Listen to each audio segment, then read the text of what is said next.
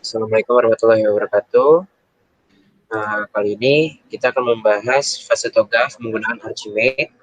Di sini kelompok kami terdiri dari Muhammad Al-Farizi, Muhammad Haris Daud, Muhammad Rijal Faik, dan saya Arifudin Nugroho.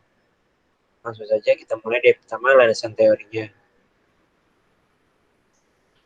Pertama, the Open Group Architecture Framework. Standar TOGAF, standar dari The Open Group adalah metodologi dan kerangka kerja arsitektur perusahaan yang terbukti digunakan oleh organisasi terkemuka dunia untuk meningkatkan efisiensi bisnis. Ini adalah standar arsitektur perusahaan yang paling menonjol dan andal, memastikan standar, metode, dan komunikasi yang konsisten di antara para profesional arsitektur perusahaan. Para profesional yang fasih dalam pendekatan TOGAF menikmati kredibilitas industri yang besar, efektivitas kerja, dan peluang karir. Pendekatan ini membantu praktisi menghindari terkunci pada metode kepemilikan, memanfaatkan sumber daya secara lebih efisien dan efektif, dan juga mewujudkan laba investasi yang lebih besar.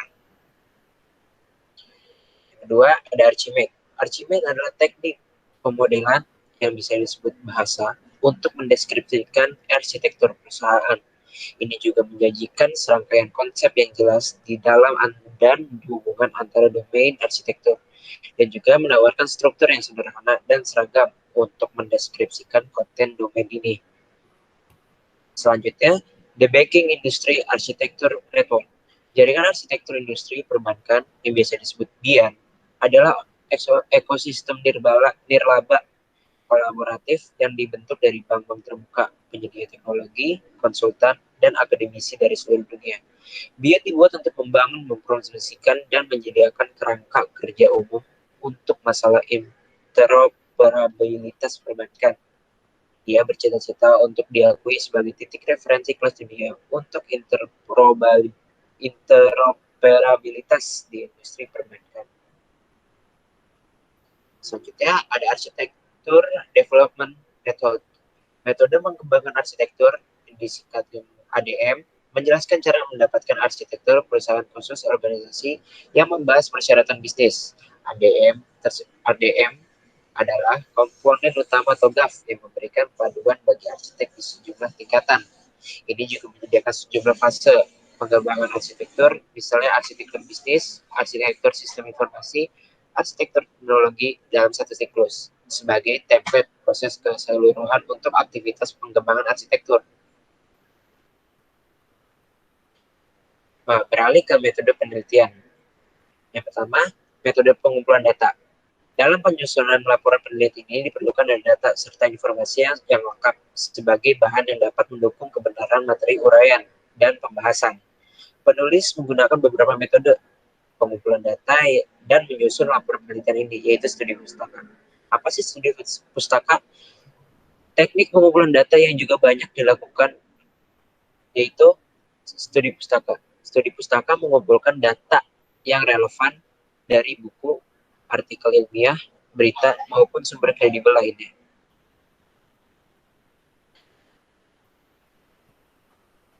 Pertama, fase A yaitu visi arsitektur untuk pembayaran layanan grup. Fase dimulai dengan penerimaan permintaan pekerjaan arsitektur dan organisasi sponsor ke seluruh organisasi arsitektur. Masalah yang terlibat dalam memastikan pengakuan dan pengesahan yang tepat dalam manajemen perusahaan, dan juga dukungan dan komitmen manajemen lini. Fase A juga mendefinisikan apa yang ada di dalam dan apa yang berada di luar lingkup usaha arsitektur, dan juga batasan yang harus ditangani. Keputusan perlingkupan perlu dibuat atas dasar penilaian praktisi, ketersediaan sumber daya, dan kompetensi, dan juga nilai yang secara realistis dapat diharapkan oleh perusahaan dari lingkup pekerjaan arsitektur tersebut. Masalah yang terlibat dalam hal ini dibahas dalam scoping the architecture. Selanjutnya ada fase B, arsitektur bisnis. Pengetahuan tentang arsitektur bisnis merupakan persyarat untuk pekerjaan arsitektur di domain lain. Dan oleh karena itu, merupakan aktivitas arsitektur pertama yang perlu dilakukan jika belum dipenuhi dalam proses organisasi lain.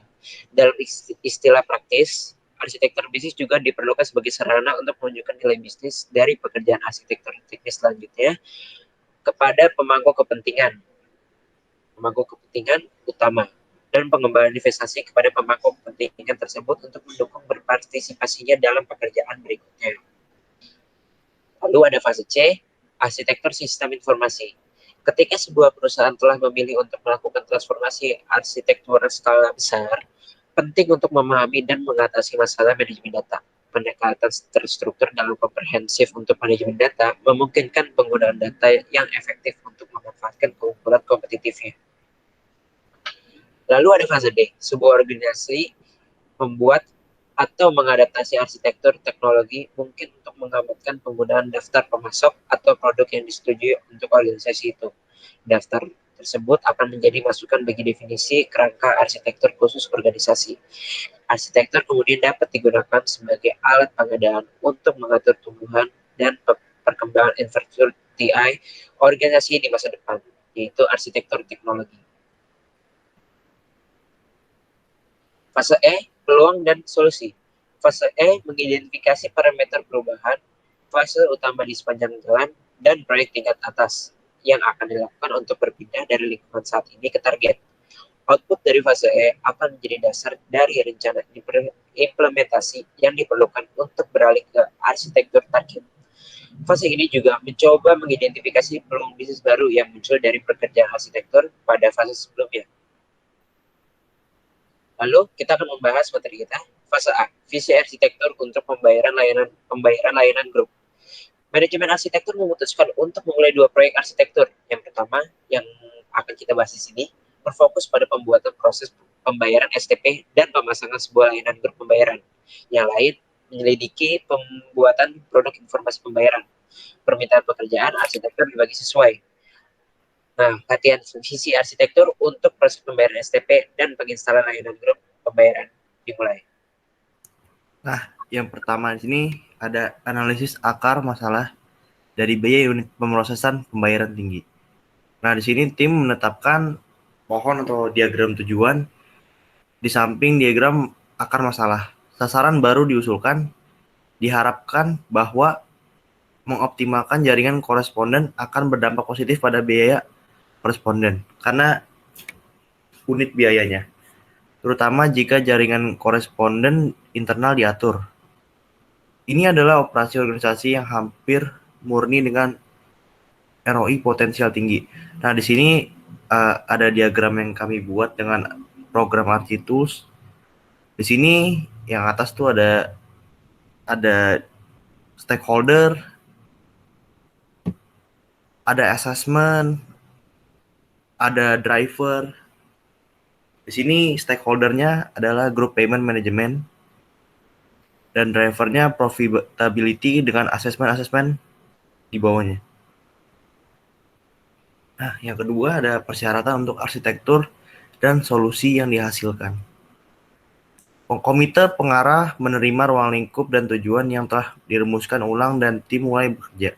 Tim arsitektur memutuskan pendekatan berikut request for proposal RFP yang akan diluncurkan untuk memilih solusi kandidat. BIAN akan digunakan sebagai bahasa umum untuk penerapan RFP ini. Nah, di sini diagramnya ada goals dari persyaratan untuk arsitektur dan solusi yang dihasilkannya. Jadi ada tujuan atau pencapaian yang akan dicapai. Di sini ada contoh pemetaan solusi yang tersedia pada domain layanan BIAN yang terlibat. Daftar pendek menunjukkan 3 kandidat yang layak. Semua pesaing memiliki poin lemah dan kuat. Nah, penyedia layanan eksternal terbukti dalam kesiapan sumber, namun tidak kuat pada kriteria yang secara strategis penting untuk pembayaran. Kemampuan untuk berintegrasi dengan layanan perusahaan, duplikasi data diperlukan dan tidak dapat diterapkan secara real time. Nah, di sini ada realisasi persyaratan baseline atau kurangnya. Nah, gambar realisasi persyaratan dasar dari solusi yang dipilih tidak terlihat bagus. Diperlukan banyak perubahan, tetapi perubahan yang diperlukan dapat dikelola fungsionalitasnya adalah atau akan diisolasi dalam layanan yang stabil, tidak diperlukan layanan besar. Layanan tersebut dapat dimanfaatkan dalam proyek lain. Di sini juga dalam diagramnya ada goals. Nah, di sini ada prosesnya. Lanjut. Di sini ada solusi pembayaran, pengaturan layanan oleh penyedia layanan atau oleh yang menerima layanannya. Di sini pada landscape layanan ini memerlukan interoperabilitas dengan tidak hanya layanan pada platform teknologi informasi yang berbeda, tetapi dalam hal layanan yang harus disediakan oleh penerima layanan dalam dialog yang berbeda, situasi yang berbeda. Layanan tersebut harus mengingat syarat untuk memiliki SDP.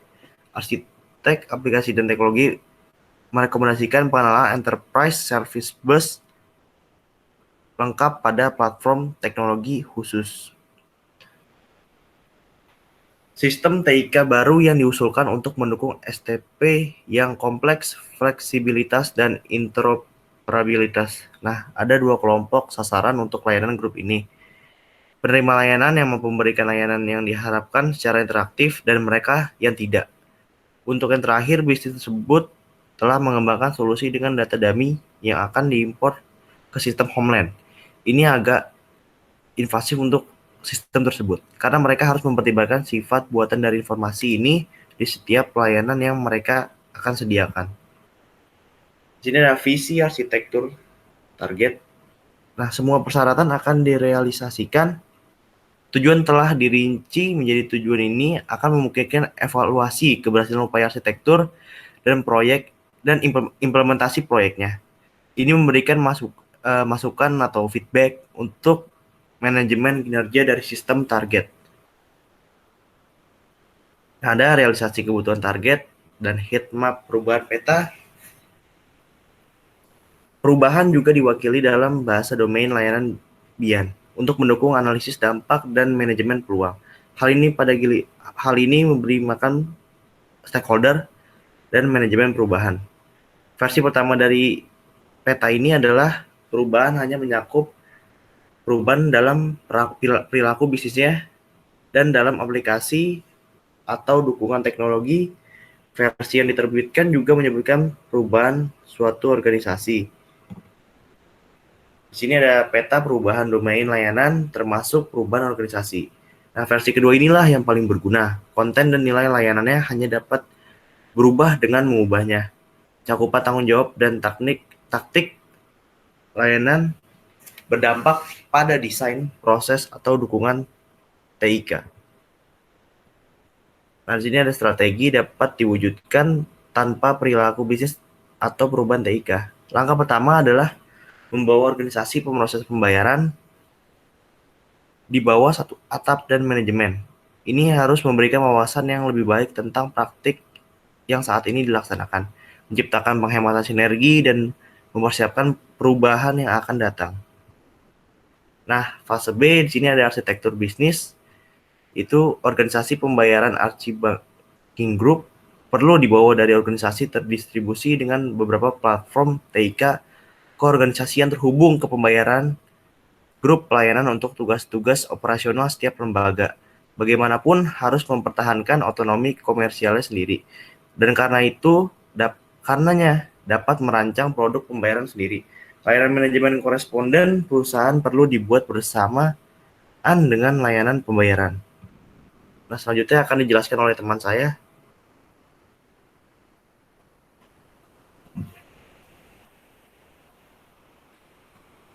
Lanjut, di sini ada organisasi bisnis dan sumber daya baseline.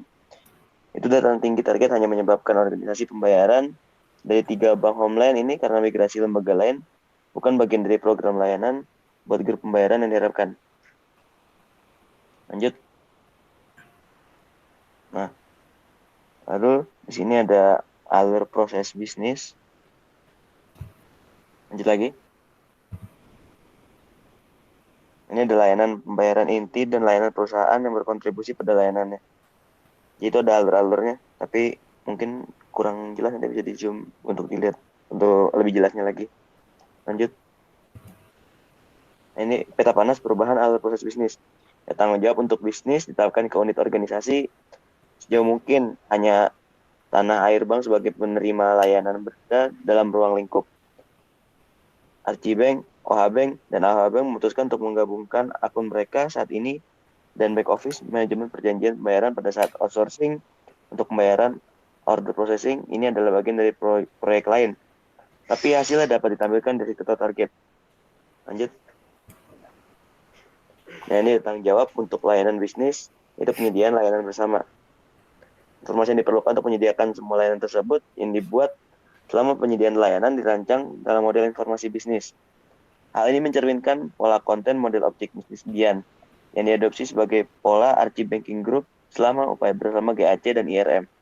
Elaborasi model informasi bisnis dilakukan dalam kerjasama erat dengan kapabilitas IRM, meningkat konsistensi dengan common vocabulary dan penyelesaian model informasi bisnis perusahaan. Lanjut. Nah, ini lanjut lagi. Nah, ini objek informasi dan fungsi bisnis penjaga. Itu rencana implementasi diadaptasi sedikit dengan mempertimbangkan layanan manajemen koresponden grup baru yang akan diberikan bersama dengan layanan pembayaran grup yang membuat sponsor. Lanjut. Nah, ini peta jalan transisi dengan sasaran kinerja. Ini bukan hanya gambar-gambar cantik karena meja kerja arsitektur mampu mendukung arsitektur manajemen versi. Dengan cara hati-hati menempelkan ikon anti Archimedes ke dataran tinggi dan celah tampilan yang mewakili versi arsitektur dapat dibuat. Ubah matriks dapat dibuat. Kurang mengesankan dibandingkan peta panas, tapi lebih efektif untuk manajemen perubahan arsitektur dan kaitannya dengan ITIL, manajemen perubahan dan rilis. Lanjut. Ini ada lampiran konsep inti, konsep implementasi. Lanjut lagi.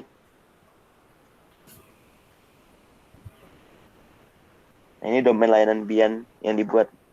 Meskipun seringkali bukan hobi favorit para arsitek, mereka tahu bahwa mendokumentasikan tautan ini akan menguntungkan mereka dan kolega mereka dalam proyek arsitektur masa depan ketika diselesaikan oleh arsitek aplikasi dan teknologi, itu akan melayani manajemen dampak dan peluang. Dan yang tak kalah pentingnya, itu berarti keputusan penetapan batas sistem dipertanyakan. Manajemen kualitas arsitektur sangat ketat dalam hal ini.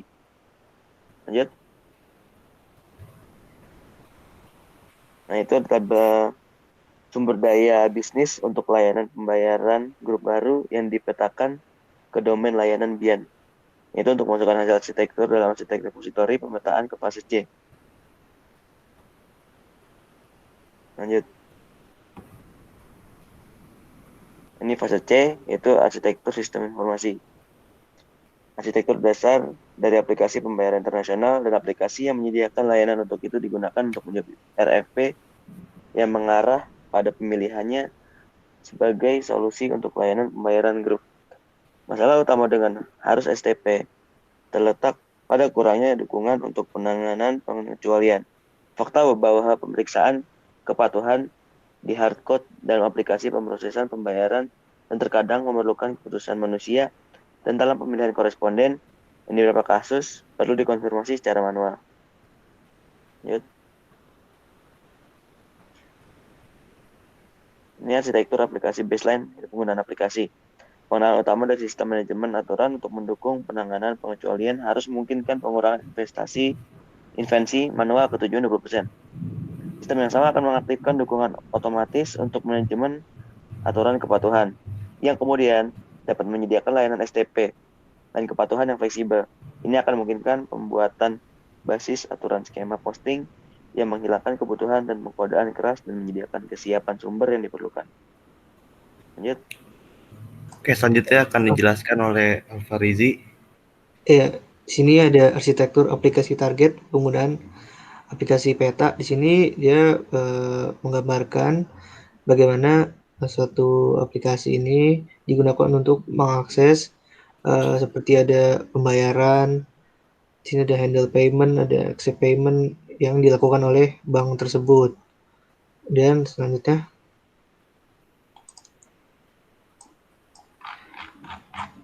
nah, Kemudian sini ada heat map pada tampilan penggunaan aplikasi target dengan realisasi sasaran. Nah, di sini tampilan interaksi aplikasi menunjukkan peran sentral dan penting dari Enterprise Service Bus baru. Arsitek aplikasi bekerja sama erat dengan arsitek teknologi yang dimana mereka memanfaatkan layanan yang ditawarkan dari teknologi secara maksimal. Selanjutnya, nah kemudian ada interaksi aplikasi target. Nah, di sini adanya hubungan antara sistem yang bicara dalam bahasa yang berbeda atau direktori layanan kanonik perlu dikembangkan. Di sini arsitek bisnis dan IRM terlibat dalam diskusi di papan perubahan arsitektur. Next. Ini ada tampilan struktur informasi.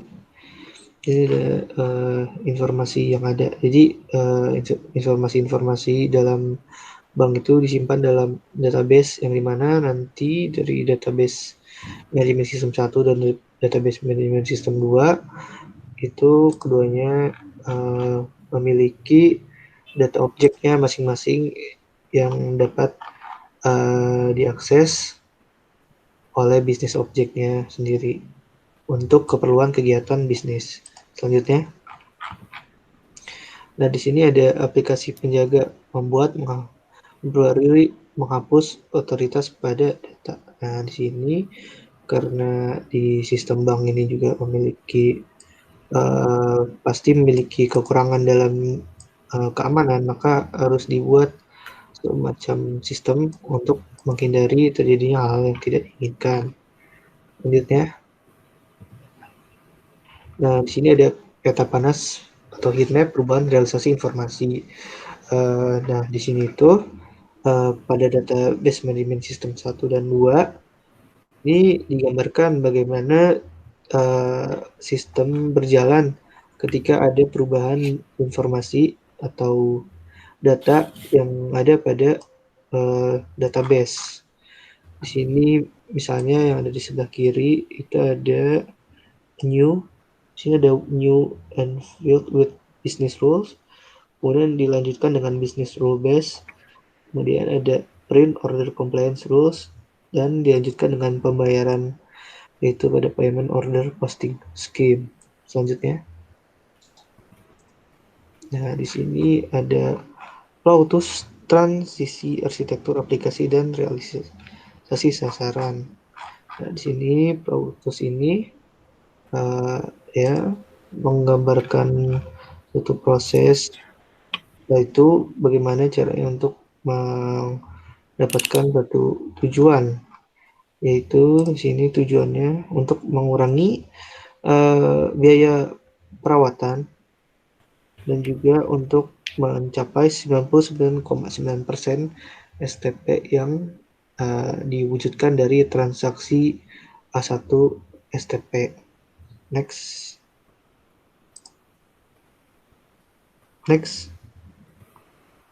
Nah, di sini ada fase D. Nah, di fase D itu atau arsitektur teknologi di mana arsitek teknologi bertemu dengan auditor internal di mesin kopi di kantor pusat Archie Banking Group. Nah, maksudnya bertemu di sini rapat gitu ya. Sudah lama sejak mereka tidak bertemu satu sama lain, jadi mereka mengobrol sedikit. Pada saat diskusi itulah adanya perpindahan organisasi layanan pembayaran grup ke OLN. Sebuah persyaratan baru ditemukan. Rekomendasi audit untuk manajemen pembayaran dan deposit group menyatakan bahwa pusat operasi TIK utama dan cadangan homeland terlalu dekat satu sama lain. Jika terjadi bencana dengan dampak geografis yang luas, kedua pusat tersebut dapat terkena dampak. Mengingat kekritisan bisnis yang sangat tinggi dari layanan pembayaran, audit group telah merekomendasikan untuk memindahkan pusat pencadangan homeland ke salah satu negara lain. Rekomendasi ini sudah ada sejak beberapa waktu lalu, tetapi tidak pernah mencapai repositori persyaratan memusatkan layanan pembayaran pada platform homeland, yang merupakan rencananya akan meningkatkan risiko kelangsungan bisnis secara dramatis. Next.